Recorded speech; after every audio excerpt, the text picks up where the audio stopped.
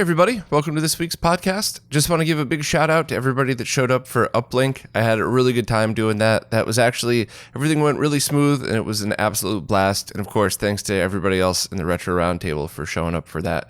That was really cool. So thank you all very much, and let's jump into this week's news. Pre-orders are now open for the Raspberry Pi case called the Pi Boy DMG, which is essentially a case that looks exactly like an original Game Boy with 6 buttons and an analog stick as well as the D-pad. Pricing is $120 for the kit and $180 for it completely assembled, which I think that probably means a Raspberry Pi in there as well. So they're very expensive. And I always have mixed feelings on these because if this was slightly different and much cheaper, I would have probably bought one just for fun. You know, there people who create content in the retro scene always vent about the people that are like, that's stupid, just get a Raspberry Pi. But most of us actually really enjoy Raspberry Pis for whatever it is that, you know, fits the niche that we need. And I imagine it would be fun to have one of these. And I actually, no disrespect, but I imagine 75% of the people that wanted the Analogue Pocket would probably be totally fine with something like this. Just to have that, all right, you know, I'm going to have a blast of nostalgia and, you know, in my pocket, carry around with me. But there's just a few things about this one that seem so uncomfortable. Trying to jam 6 buttons into that, I would have thought 4 buttons would have worked a lot better because the thumbstick and the left 2 actual buttons on there are very close together. And the analog stick is directly below the D-pad. So that can't be comfortable to use. You got to be knocking into that when you're holding on to the D-pad. So I would have loved to have seen like a 4-button version without the analog stick, or maybe one with only the analog stick or something like that. But I guess that's 100% preference. You know, you could be looking at this going, you know, this is the perfect thing for exactly what I need to do. This is awesome. That's what I'm going to buy it for. So that's kind of the awesome thing about a lot of these do-it-yourself projects. It's like, you know, you could tailor it to your own use. What might be awesome for one person and not the other, I don't know. But it seems like a pretty neat thing if you're interested. But once again, that price is real expensive. So, you know, I would actually, if you put price into perspective, say that the Analogue Pocket, you're getting a lot more for your money than this for $180. But who knows? Maybe this is the perfect thing for whatever project you're working on. So thanks to Ray for writing it up. The creator of those Virtual Boy aluminum medallions has just done a second run of black ones for anybody that's interested. And I've talked about it before, but I guess I'll just repeat myself a little bit because I really do think this is one of the coolest small upgrades you could do to something. But the original Virtual Boy came with a plastic medallion, if you will, that kept the stand straight. It also was, you know, the mechanism that allowed the stand to fold up and everything. And after time, those things usually crack. And not only do they crack, but when they do, the Virtual Boy starts to sit lower and sag down. So Tony created an aluminum version of that. And this ones are black anodized. The original ones were just aluminum. And not only does it look really cool, so it's, you know, definitely a visual upgrade, but they're never going to break like the plastic ones would. So they're much stronger. Also, the last time when I spoke about this, there were a few people concerned that because it was aluminum that you wouldn't be able to close the case anymore, or that you would bend the metal or something. I don't really know what they were talking about, but all I know is I have it right here in animated GIFs that for anybody that's interested, it works just like the original. If you over tighten it, it doesn't close, but it's not loose. It's not like the medallion's flopping around. You can't just really, you know, don't use like a power screwdriver to really twerk it down. Just use it just hand tight and everything seems to work perfect. So I'm a fan of these. I bought it originally. I'm not going to lie. I bought it just because I thought it looked cool. I had no idea it would be this much of a functional upgrade. So if you're a Virtual Boy fan and you want to buy some cool stuff, definitely email Tony directly. I didn't turn the email address into a hyperlink because I don't want bots to be spamming him. So if you're interested enough in this, just read the second paragraph of the post and you'll be able to get all the info you need. The DB GrafxBooster is now in stock at Castlemania. No pre-orders. They're in stock, ready to ship as soon as you buy them. And for anybody that's unaware, the GrafxBooster is something designed by Renee of DB Electronics. It was the original one. It's been cloned a few times from eBay sellers, but it's a device that plugs into the back of either a PC Engine or a TurboGrafx, so everything except the Duo consoles. and it outputs composite video, S-video, RGB via a Genesis 2 style connector, and all of them could be used simultaneously safely. They're also well built. They use the correct components, so you don't have that issue where you're the composite video issue that you get when you buy some of those knockoffs. And also, I don't know why anybody would want to do this, but if you ever wanted to, you could also do dual composite video output. One from the RCA connector on the board, which pulls the properly shaped video from the console, and then one off of the Genesis 2 connector, which uses the Sony CXA chip to get composite video. So I can't imagine a scenario in which you would want to use that, but I guarantee somebody out there does, so I wanted to let everybody know. Also safe to use both audio outputs at the same time. These are also compatible with the HD RetroVision cables and the Rad2X. So if you are looking for a fully featured plug-and-play device for either one of those to get RGB and composite output, this is definitely the one that you're looking for. It's $70 plus shipping. So there's other options out there. You know, there's the SSDS3, which is video and an optical drive emulator. There's a few other things coming out, but this is really the one where if you just care about getting video output, plug and play, and you want all the options, this is the one to buy. And just a very quick note, you're always going to get 99.9% of the time going to get jail bars on all of these consoles without switching out to surface mount capacitors. Console 5 sells those. You could just pick those up if you need it. It's a fairly easy fix. If you've done any SMD soldering of any kind, you should be able to pull this off. But you know, it's not a full cap replacement. It's just 2 to get rid of the jail bars. But it's just my opinion, not a fact or anything. But I just think that if you have to send out your console to get modded to somebody, so like let's say you send it out to do the jail bar fix, maybe just have them recap the whole thing, because while the TurboGrafx and the PC engines haven't been bad, the duos are known for, I mean, you pretty much have to recap all of them, so who knows what's going to happen in the future. So I would always just be careful about that, but just my opinion on the subject. Crix just posted another firmware update for the Mega Everdrive Pro, and it adds a small but what I think is really important feature for the Everdrives, and I didn't even realize it could be done this way. But up until now, whenever you play a Genesis game that has a save game, or I guess on any of the Everdrives, the way it works is you save your game, you power off the console. When you power it back on, everything's still there, but that save game is stored in the RAM of the cart, which is what that battery is there for. One of the many reasons that battery is there, that real-time clock and stuff. And then if you wanted to back that save file up, you would have to load a different game. And then when you loaded the other game, part of that process would be dumping the save file from RAM to the file itself, and then loading up that other game in its save file in its place. So as far as just using this as a ROM cart goes, that in a good way doesn't mean anything. It means, you know, it's just everything seems to work seamlessly. You would have never needed to know how that worked if you're just using it to play games. However, if you want to back up your saves, if you want to move your save over to an emulator because you want to do a quick screen grab of something and you don't have a capture card, there's probably 10 or 15 different scenarios I've had over the years in which I really wanted to swap around save game files. It's kind of a pain in the butt. You know, you have to basically load something twice in order to get your save file. So now, whenever you boot to the menu, so whether you reset the console, power it off, back on, whatever it might be, as soon as you get to the menu, that save file is dumped, which is good both for people like me that sometimes need to move these files around, and also because what if the battery dies, you would have lost that save if you hadn't loaded a different game.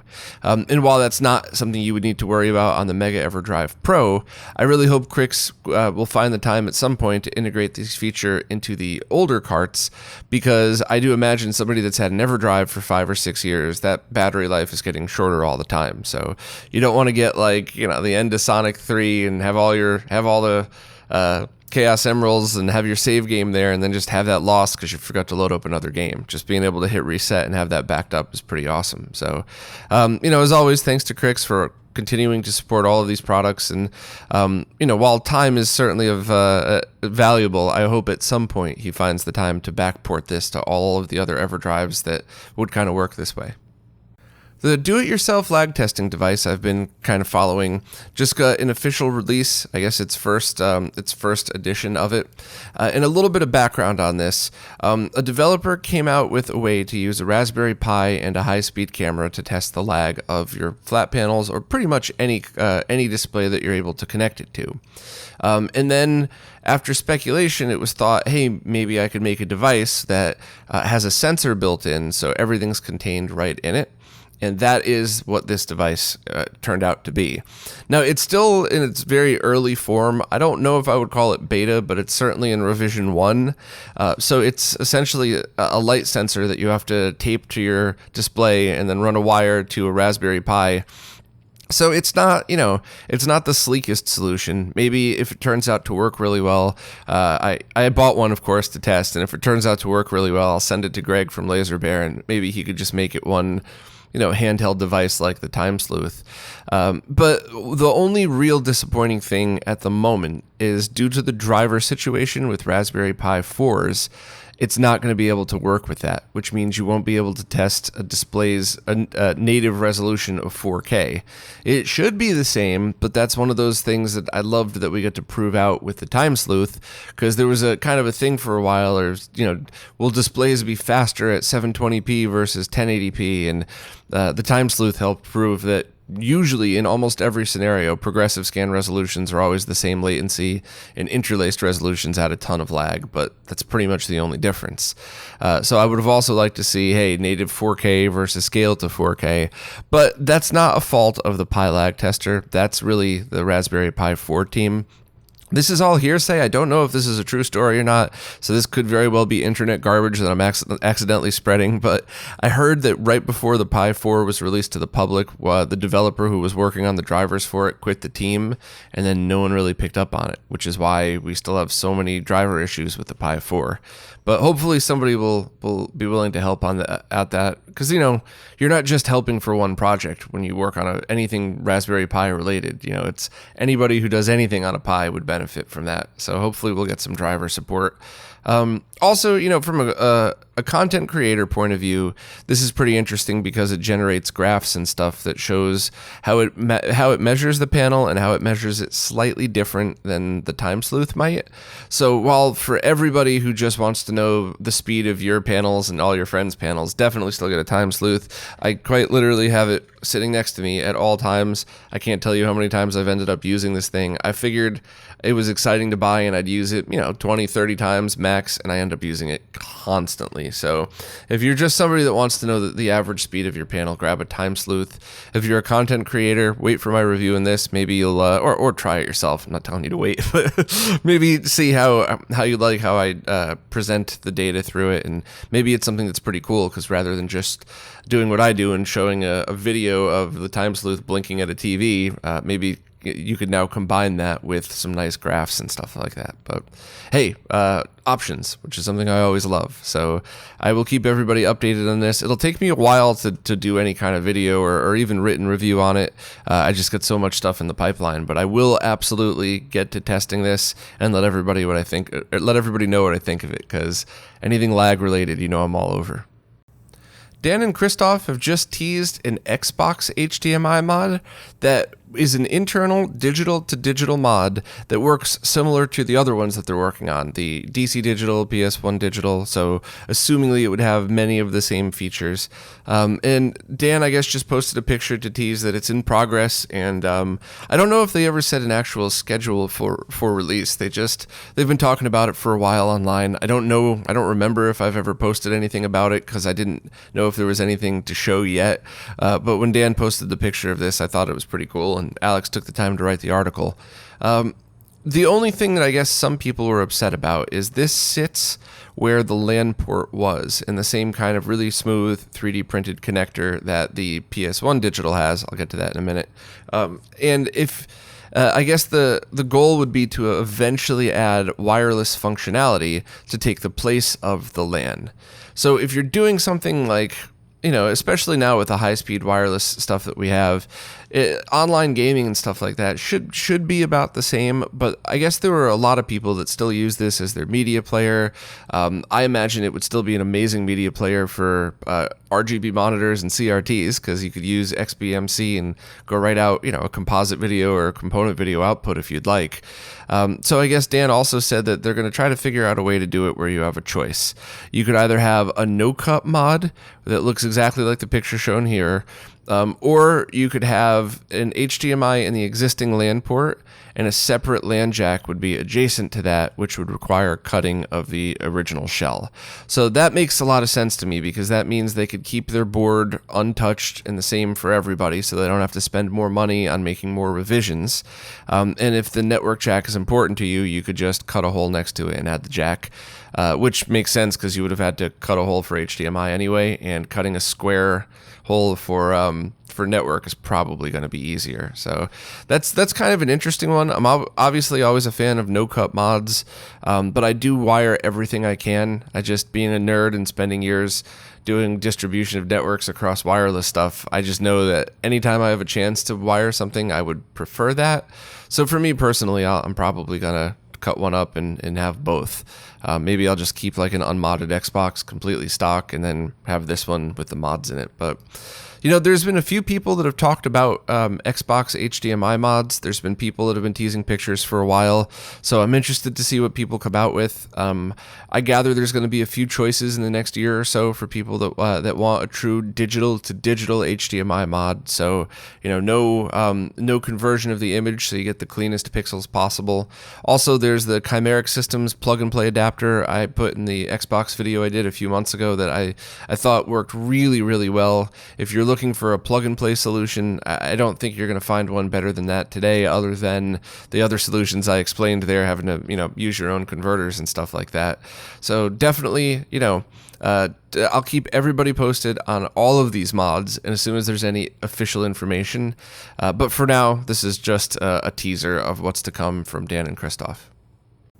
I just interviewed the owner of one of the last remaining CRT manufacturers, and it was just absolutely awesome. Kurt was nice enough to let me pick his brain and just ask a million questions and really nerd out. I thought, even though I realized that the monitors they make are definitely not for your average gamer. Your average gamer would just want to pick up any consumer-grade TV, maybe RGB mod that, maybe get a PVM or something. It was really his knowledge and his attitude that made me excited to do the interview, not the fact that somebody might want to buy one of his monitors. I mean that in a nice way, obviously. He was just a wealth of knowledge, really easy to talk to, super nice guy. So if you just want to listen to a cool interview with somebody with a lot of history, I highly recommend it. I just got to put things into perspective, though. These are monitors that cost as much as PVMs would have been new.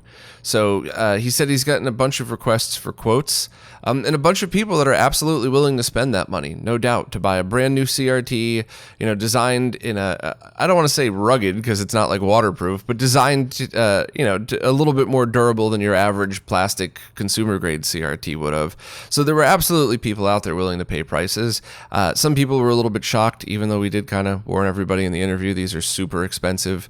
So Kurt's going to try to, he emailed me last night, I believe, and he said he's going to try to get something together that would be a single price unit for retro gaming for anybody that wants it. So you don't have to get a quote. You could just kind of buy one and then pay for shipping or go pick it up. But they're going to be expensive.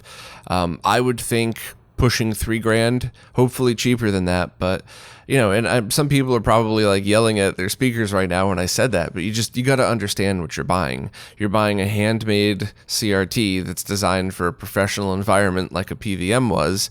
And while it's not going to have the PVM level of detail, like that many line count, it's going to be higher end than your average just consumer grade TV. So, it's one of those things where if this monitor's for you, you probably already know who you are, and respectfully, if you're not sure, it's probably not for you. Take that money, grab some consumer-grade TVs and a PVM, and then find a good, reliable source to recap all of them for you, and it ends up being the same amount of money for a couple of different monitors. Just my thoughts and opinions. Either way, please check out the interview. Kurt is an awesome guy. It was an awesome interview, and I was really appreciative of him taking his time.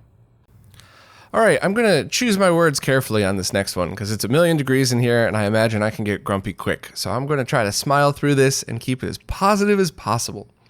Analogue announced that they were going to do a second pre-order on the NT Mini Noir, which is cool because a lot of people were upset that they said, hey, we're going to sell this thing. It's the exact same as the first one. So they didn't buy one.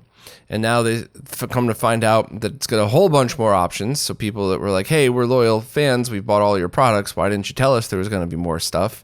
That would be cool for those people, except all of the new pre-orders sold out in about 2 minutes. So there's a lot of things I would like to say about this, but I'm going to keep it positive and say that if you had that $500 to spend, and you really wanted that for all of the right reasons. It's a beautiful piece of art. I mean, no one's ever said an analog product doesn't look really nice. That's for sure.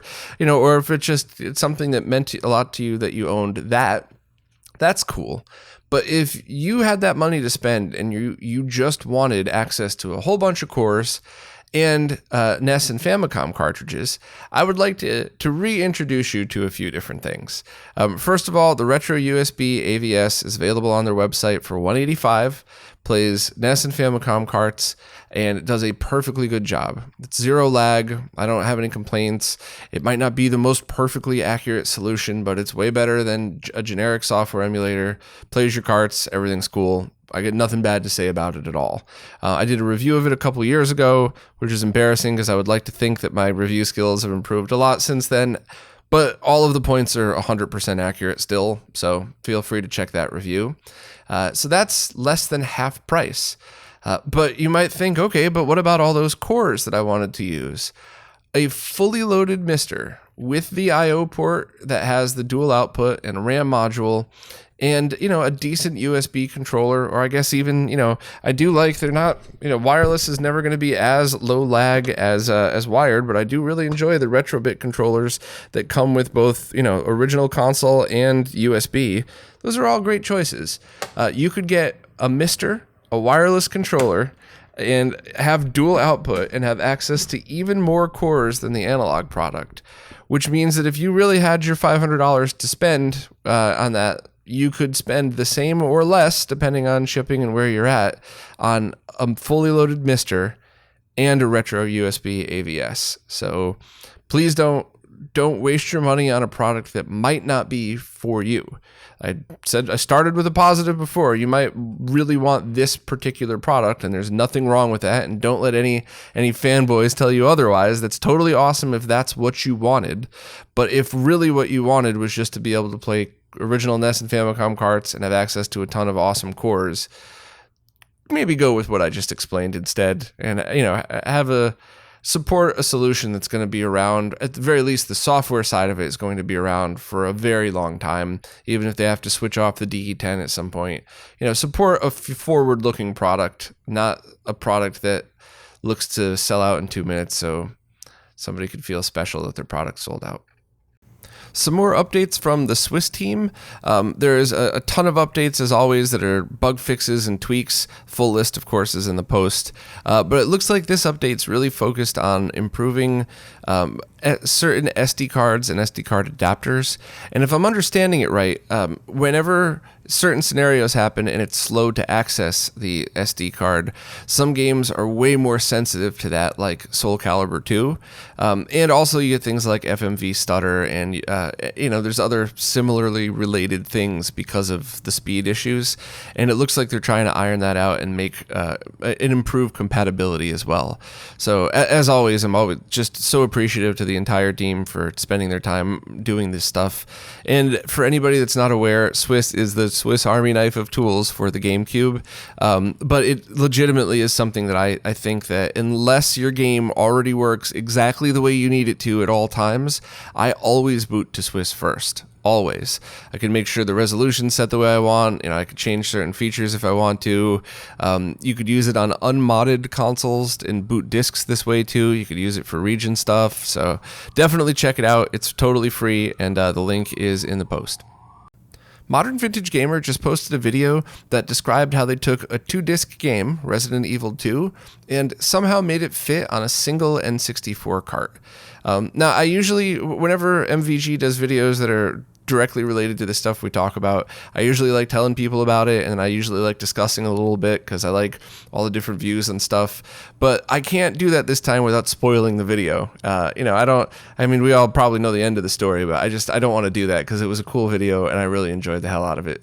But I will just say this: if you're an N64 fan or a Resident Evil 2 fan, you definitely like the video. But you could hate both of those things and still just be a hardcore nerd that likes hearing about algorithms and the way things are done that really probably shouldn't have been able to be done, but people figured it out. You'd still like the video anyway, so please check it out. All right, I wanted to save this final thing for the end because I'm probably going to talk for a while about PlayStation-related stuff, and I just wanted to be respectful of people's time. If for whatever reason you can't stand the PlayStation 1, then this isn't for you, and you could feel free to just drop off. Also, drama warning, there's a tiny little thing at the end I have to address just because you kind of have to. So if that stuff triggers you, you'll know when it's coming at the end, so don't worry about it. But if you are interested in PlayStation stuff, there are two pretty amazing products that are about to be released. One of them is the XStation optical drive emulator, and the other is the PS1Digital true digital-to-digital HDMI mod.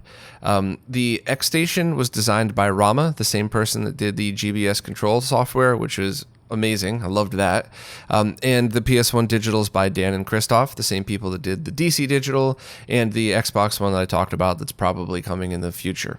Voltar did an installation video on both, and they're both tricky. The PS1Digital is a little harder than the DC Digital, and the XStation, that kind of looked like it really depends on your soldering skills. I am not that great, but I think I could pull off an XStation mod, but I don't think I could pull off a PS1Digital mod. But either way, I will have in-depth videos on both of those fairly soon, and my goal is to have those videos prepared and ready before pre-orders are open. Neither pre-order are open yet. I don't know when they're scheduled to open up, or if there'll be some in stock, if they'll all be pre-orders. I don't know any of those answers.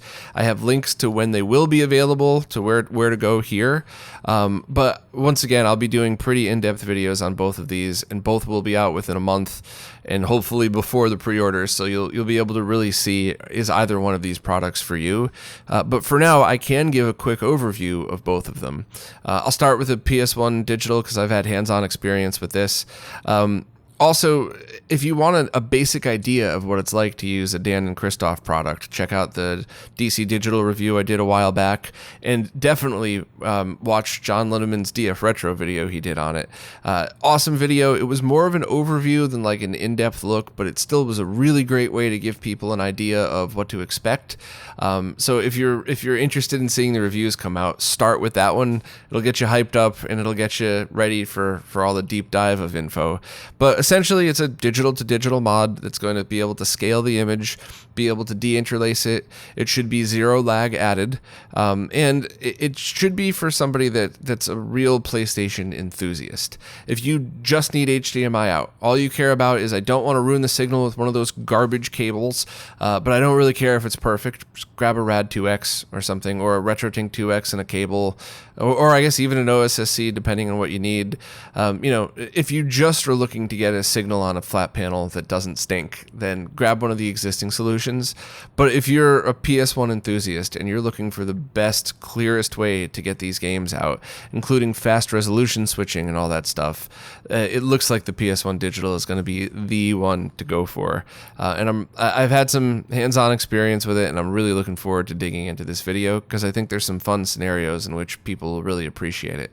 Also, one thing that we all pointed out, John and Audi, Voltar, and myself, was the HDMI port. In that, when I was first handed the console that Jose modded for me, I went, holy crap, that looks like it's a factory HDMI port. So very ingenious idea to have the 3D printed thing fit right in there to make it look like a true HDMI mod. But I'll have the video out on that relatively soon, and I think people are going to enjoy that mod a lot. Also, the XStation, it's an optical drive emulator. And the only other thing like that on the market now for the PlayStation is the SIO. So in order to really put this into perspective, we're going to have to compare them to each other, I guess, to give people an idea of what to expect. So the SIO is a device that does require a mod to your PlayStation, but it plugs into the back parallel port. And the reason for this is it's a device that allows you to either use your original discs or load games on an SD card. But the downside of that is it's a lot more work to lie to the PlayStation and make it believe that that's a real CD. It takes a lot more effort, and there's a lot more compatibility issues to run those games through the parallel port, whereas the XStation replaces the optical disk drive. And I'm going to oversimplify it, so if you're a dev, please don't reach through the TV and smack me in the face for saying it this way, but essentially the XStation just emulates the optical drive, so once the data's hit the board, the rest of the PlayStation interprets it exactly as if it was an original disc, which is why, even though the XStation's still technically in beta form, and I'm sure there's going to have to be firmware updates and stuff, it's remarkably compatible. It has such a high percentage of compatibility right off the bat in beta form as a result of the way that Rama designed it. So it really is going to be an awesome choice for people that don't mind removing their optical drive.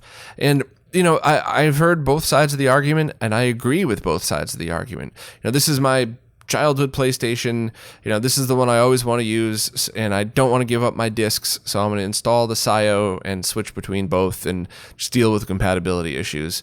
Totally fine. And I've also heard the other side, like, hey, the PlayStations that this is compatible with are so cheap still, it might even be better overall to get an XStation and one with a broken laser and just have two PlayStations. So both are completely valid answers to the issue. Compatibility is one thing that you would definitely want to pay attention to. So the PS1 Digital is compatible with the 5000 and 7000 series consoles, and the XStation is compatible with a few more, but the only one that matches is the 5000 series. So myself and a bunch of other people who have had this installed has used a 5501 NTSC US console, and I believe the 5500 Japanese console. I might be getting that second one wrong, but a bunch of us use the US console. It's still really cheap, so if you're looking to buy another console for that, to keep your eyes open for those, please check your local game stores first. I always want to remind everybody, we got to remember to support those stores. It was hard enough before all this crazy stuff started happening in the world, so please check with them first. Also, if you have to go through eBay, remember that very often sellers will just Google PlayStation 1 pictures and use those in the ad, and what you buy is actually something different. So you're going to want to ask before you buy it, hey, is this actually a 5501? And I've had plenty of people try to buy stuff like this for testing over the years that a different model showed up and the seller was all, well, you go to PlayStation, what's your problem? And it's just, you might want to head that off at the pass and make sure. And please don't support scalpers. I knew the moment I posted this, there was going to be some idiot on there that labeled it a rare secret edition 5501 compatible thing. Like, if you can't find one on eBay, give it a day. Somebody will throw one up there. Don't support scalping, please.